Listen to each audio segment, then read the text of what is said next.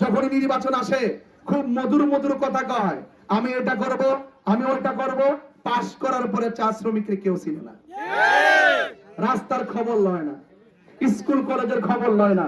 এই যে আপনার ভোটটা পুঁজি করে নিয়ে গেল আর খবর নেয় না। অনেকে বলে আমি ব্রাহ্মণবাড়িয়ার, তিনি কি পারবেন কিছু করতে, তিনি কি করবেন?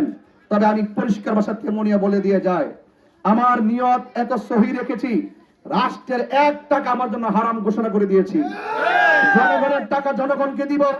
বাজেট যা হবে সুষম বন্টন নীতির আলোকে চুনারঘাট মাধবপুরকে মডেল বানিয়ে এমন একটি চুনারঘাট মাধবপুর বানাতে চাই, শিল্পায়নের পাশাপাশি এই দেশের মধ্যে যে আমাদের চুনারঘাট মাধবপুরে জাতীয় উদ্যান, বিশেষ করে রেমা কালেঙ্গা সহকারে এই সম্ভাবনা যে সুমহান জায়গা রয়েছে, এই সুমহান জায়গা থেকে আমরা অর্থনৈতিক ভাবে এত ডেভেলপ হতে পারি ইনশাআল্লাহ। আমি কথা দিয়ে যাচ্ছি, এই দেশের চুনারঘাট মাধবপুরের ভাগ্য পরিবর্তনে আমি এমন কিছু কাজ করে যাব ইনশাআল্লাহ। আমি যদি জনপ্রতিনিধি হতে পারি, আল্লাহ যদি আমাকে কবুল করে, এমন কাজ করে দিয়ে যাব, অন্তত পক্ষে আমি দুনিয়া থেকে চলে গেল আপনারা যেন বুকে হাত দিয়ে বলতে পারেন, একটা ছেলে ব্রাহ্মণবাড়ি থেকে এসেছিল, সুন্নিয়তের পক্ষ থেকে তাকে চুনারঘাট পাঠিয়েছিল, সে এমন কাজ করে গেছে, এমন উন্নয়ন করে গেছে, আমাদের স্থানীয় কোন নেতা 55 বছরে এত উন্নয়ন করতে পারে না।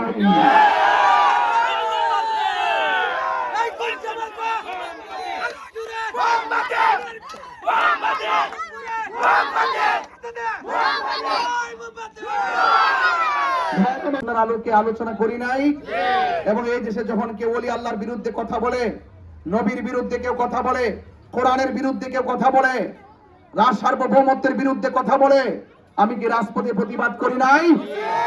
সেই জন্য আপনারা, আমি দায়িত্বহীন কণ্ঠে বলতে পারি, আমি আপনাদের পরীক্ষিত সন্তান, আমি আপনাদের একজন পরীক্ষিত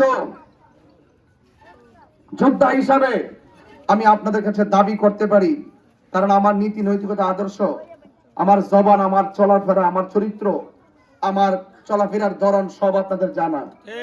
আমি কি এই 22 বছর ধরে যে চুনারঘাট আমি আসি, আজ পর্যন্ত আপনাদের মনে কষ্ট দিয়ে কথা বলেছি? আজ পর্যন্ত কোন সুন্নিদের মনে আঘাত দিয়েছি? বরং সুন্নিয়ত যখন বিভিন্ন দ্বিধায় বিভক্তি ছিল, আমি ডোর টু ডোর, খানকা টু খানকা, দরবার টু দরবার, প্রত্যেক পীরের দরবারে দরবার আমি গিয়েছি।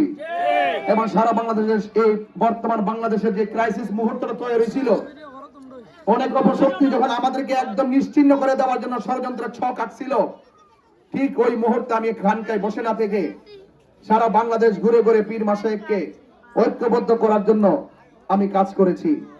এবং এখন আমরা সবাই ঐক্যবদ্ধ। সুন্নি জামাত কি ঐক্যবদ্ধ নাকি বিচ্ছিন্ন? তো ঐক্যবদ্ধ সময় যখন আমি আপনাদের কাছে এসেছি, আমি বিশ্বাস করি কোন সুন্নি আমাকে ফিরিয়ে দিবে না। সুন্নি ভাইদেরকে বলবো, আপনারা অনেক রাজনীতি করেছেন, আপনারা অনেককে আপনারা বিগত দিনে ভোট দিয়েছেন, আপনারা অনেককে ভোট দিয়েছেন।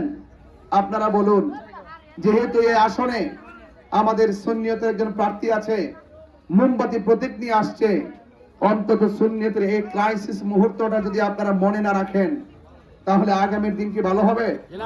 আগামীর দিন কি ভালো হবে? এই জন্য সুন্নিদেরকে বলবো, সুন্নি ভাইদেরকে বলবো, ব্যবসায়ীদেরকে বলবো, পীর মাশায়েখদেরকে বলবো, সিদ্ধান্ত নিতে ভুল করবেন না। 12 তারিখ নির্বাচন হবে, 13 তারিখ থেকে আমার মাহফিল শুরু। 12 তারিখ নির্বাচন হবে, 13 তারিখ থেকে আমার মাহফিল শুরু। 2028 সাল পর্যন্ত আমার মাহফিল লেখা। আল্লাহ যদি বাঁচিয়ে রাখে আমি মাহফিল গুলো করবো। আমি যেই মাঠ থেকে এসেছি আমি সেই মাঠে চলে যাব। কিন্তু আপনাদেরকে আমার অনুরোধ রইল, অন্তত পক্ষে আপনাদের কাছে আমার অনুরোধ থাকবে, আমার কেউ খালি ফিরাই দিবেন না। আমি আপনাদের অনেক এমপি মন্ত্রী বাংলাদেশের সর্বোচ্চ জায়গা পর্যন্ত আমাকে অনেক সম্মান করে, অনেক ইজ্জত করে।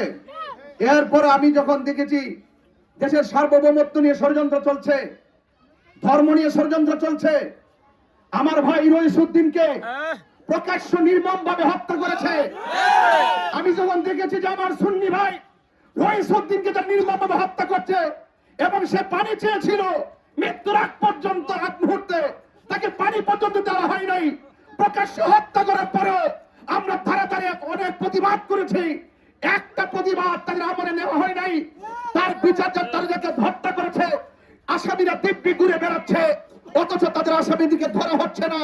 তাইলে আমার রইসুদ্দিন ভাইকে যারা হত্যা করেছে, আমি মনে করেছি আল্লামা শহীদ ফারুকীকে যারা হত্যা করেছে, এই দেশের মাজার যারা ভেঙেছে, এই দেশের এক হিন্দু ভাইকে মেরে গাছের মধ্যে ঝুলিয়ে আগুন দিয়ে পুড়িয়ে দেওয়া হয়েছে, আমি মনে করেছি দেশ দেউলিয়ার পথে চলে যাচ্ছে।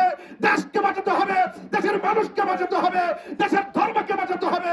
রইসুদ্দিনের বিচারকে ত্বরান্বিত করতে হবে। যারা হত্যা করেছে, মাজার ভেঙেছে, তাদেরকে শাস্তির আওতায় আনতে হবে। আমি পরিষ্কার ভাষায় আবারও বলতে চাই, এই দেশের মানুষ শান্তি চায়। এই দেশের মানুষ কি চায়? এই দেশের মানুষ শান্তি চায়।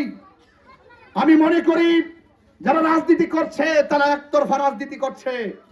যখন সে ক্ষমতায় আসে মনে করে আমাকে যারা ভোট দিয়ে আমাকে এমপি বানাইছে, ওরা মনে করে যারা আমাকে বানাইছে আমার দলের যারা আছে তারাই এই দেশের নাগরিক।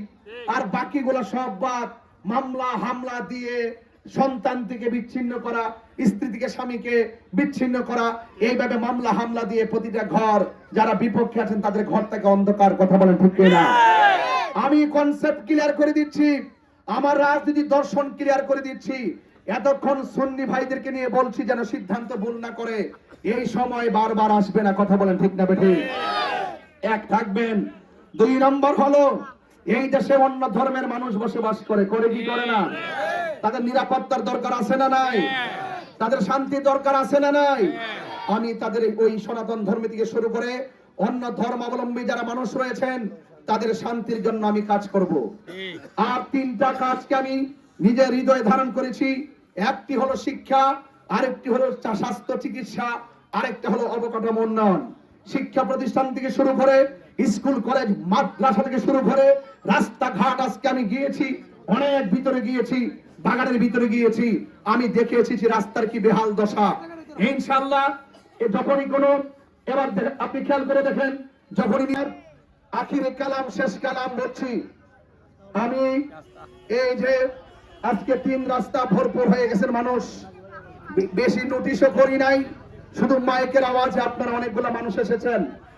ইনশাআল্লাহ চা শ্রমিক থেকে শুরু করে, রাস্তা থেকে শুরু করে, শিক্ষা থেকে শুরু করে সব কিছুর উন্নয়ন, প্রত্যেকটা ধর্ম বর্ণ দল মত নির্বিশেষে সকল মানুষ যেন শান্তিতে থাকতে পারে, সকল মানুষ যেন নির্বিঘ্নে যেন তারা চলাফেরা করতে পারে। ইনশাআল্লাহ সে আমি আমার দায়িত্ববোধ জায়গা থেকে চেষ্টা করব। শেষ কথা বলছি, আপনারা মনে করেন যারা পাস করবে, আল্লাহ যদি আমার বানায়, যারা আমার ভোট দেয় তারা আমার নাকি, আর যারা ভোট দিবে না তারা আরেকজনের। এইভাবে রাজনীতি চলতেছে 55 বছর, এইভাবে রাজনীতি চলতেছে 55 বছর, এটা প্রতিহিংসা রাজনীতি চলতেছে। আমি মনে করি 55 বছর আমরা প্রমাণ করছি এই দেশে একমাত্র শান্তিপ্রিয় দল সুন্নি জামাত।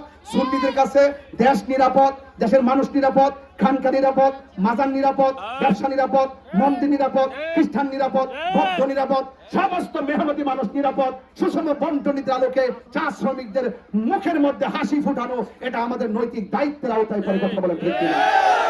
এখানে ব্যবসায়ী দেখলাম অনেক, ওই পিছন থেকে ব্যবসায়ীদেরকে দেখে দেখে এসেছি। যখনই কোনো দল ক্ষমতায় আসে, আইসে কি করে, আমি এমুক দলের নেতা। কিছু ভাবতি নেতা আছে সমাজে, আছে কিনা বলেন? এই ব্যবসায়ীদেরকে জ্বালায় আংরা করে, এরা বলে মাসিক চাঁদা দিতে হইব, স্ট্যান্ডের মধ্যে সিন্ডিকেট কয় চাঁদা দিতে হইব। আমি কথা দিয়ে যাই, আল্লাহ যদি আমাকে দয়া করে কোন চাঁদাবাজি বাজারে চলবে না, কোন মার্কেটে চলবে না, এবং সিএনজি স্ট্যান্ডে কোন চাঁদাবাজি চলবে না। অবৈধভাবে বালু উত্তোলন করে পাহাড় বানাইছেন টাকার, অবৈধভাবে আর বালু উত্তোলন করা চলবে না। এগুলো ইনশাআল্লাহ আমি সুষম বন্টন নীতির আলোকে আমি রাষ্ট্রের প্রত্যেকটা কাজ করব, এই আশা ব্যক্ত রেখে আপনাদেরকে কিছুক্ষণ সময় যেইভাবে রাস্তাঘাট বন্ধ হয়ে গেছে, অনেক গাড়ি ঘোড়া চলতে অসুবিধা হয়েছে, আমি দুঃখ প্রকাশ করি। অনেক বাজার ব্যবসায়ীরা ব্যবসা বন্ধ করে দিয়েছেন। আপনাদের সকলের ব্যবসার উন্নয়ন কামনা করি। আপনারা আমার জন্য দোয়া করবেন এবং আমি যেন আপনাদের সন্তান হয়ে আপনাদের পাশে থেকে আমি যেন অন্তত পক্ষে আপনাদের খেদমতে কাজ করতে করে আমি যেন অন্তত পক্ষে আপনার মহামূল্যবান ভোট, এই আপনার মহামূল্যবান ভোট যেন মোমবাতি প্রতীকে আগামী 12ই ফেব্রুয়ারি আপনার মহামূল্যবান আমানতকৃত ভোট আপনারা আমাকে দিবেন। আর শেষ বেলায় আবারও বলি যে যারা বলে, যারা হামলা যারা আজকে ওখানে কোথায় গিয়েছিলাম, লালচান গিয়েছিলাম, অনেক মানুষ আমাকে বলে হুজুর আমি কি নির্বাচন করতাম, অনেকে হুমকি দেয়, কি দেয়, অনেকে হুমকি দেয়, কয় মোমবাতির সমর্থনকারী যারা আছো খবরদার পোস্টার মোস্টার লাগাও না। একটু আগে গাড়িতে বসার সময় বলতেছে অনেকে ব্যানার লাগাইতে দেন এক জায়গায়, আমি বলছি যে ব্যানার লাগাইতে না দিলে আরেক জায়গায় লাগাও, এরপরে ঝগড়া করো না। তবে যে ব্যক্তি কইছে ব্যানার লাগান যাইতো না তার ছবিটা রাখো, যে ব্যক্তি মোবাইল নিয়ে হুমকি দিছে তার রেকর্ডটা রাখো, যে ব্যক্তি আইসা করবে যে মোমবাতি সমর্থনকারীদেরকে হামলা করবো মামলা করব, বলছি তার রেকর্ড রাখো, তার ছবি রাখো। আমি অবশ্যই তাদের বিরুদ্ধে নির্বাচন কমিশন, বিভাগীয় নির্বাচন কমিশনের মাধ্যমে প্রশাসনিক হস্তক্ষেপে তার দাঁত ভাঙা জবাব দিব। সুন্নি জামাত বানের জলে বেশে আসা কচির পানা নয়। সুন্নি জামাতের ভোট নিয়ে কিন্তু বিগত দিন এমপি মন্ত্রী হয়েছেন। যারা চেয়ারম্যান হবেন তারা কিন্তু সুন্নতের ভোট লাগবে, যারা মেম্বার হবেন তারা সুন্নতের ভোট লাগবে। সুতরাং নেতাগিরি সমাজে করেন না। যদি আহলে সুন্নাত ওয়াল জামাতের পক্ষ থেকে যে নির্বাচনী যে জন আকাঙ্ক্ষা তৈরি হয়েছে, সেই আকাঙ্ক্ষা যদি আপনার কারণে সেই রুটম্যাপটা যদি ব্যাহত হয়, তাহলে আগামীতে আপনারা কিন্তু জবাব দিতে হবে। এই ব্যালটের মাধ্যমে কিন্তু সিদ্ধান্ত হবে। সুতরাং প্রতিহিংসা রাজনীতি বাদ দিয়ে রাজনীতিতে প্রতিযোগিতা করেন। আপনার ভোট আপনি চান, আমার ভোট আমি চাই, ফয়সালা হবে আল্লাহ পাক করবেন। কথা বলেন ঠিক কিনা? আল্লাহ যাকে লিখে রেখেছেন সেই হবে, কোনো দাঙ্গা হাঙ্গামা দরকার নাই। আপনার ভোট আপনি চান, লেভেল প্লেইং ফিল্ডের জন্য যা প্রয়োজন আমি প্রশাসনিকভাবে তাই করবো এই মাদক মুক্ত জন্য। ঠিক আছে কিনা বলেন? এখন আমার জন্য সবাই দোয়া করবেন। বক্তব্য একটু দীর্ঘ করে ফেলেছি, কষ্ট নিয়েন না। আমার আরো একাধিক প্রোগ্রাম আছে, আল্লাহ যেন আমাদের সকলকে কবুল করে বললেন আমিন। একটু মহব্বত একটু দোয়া করেন, আল্লাহুম্মা আমিন।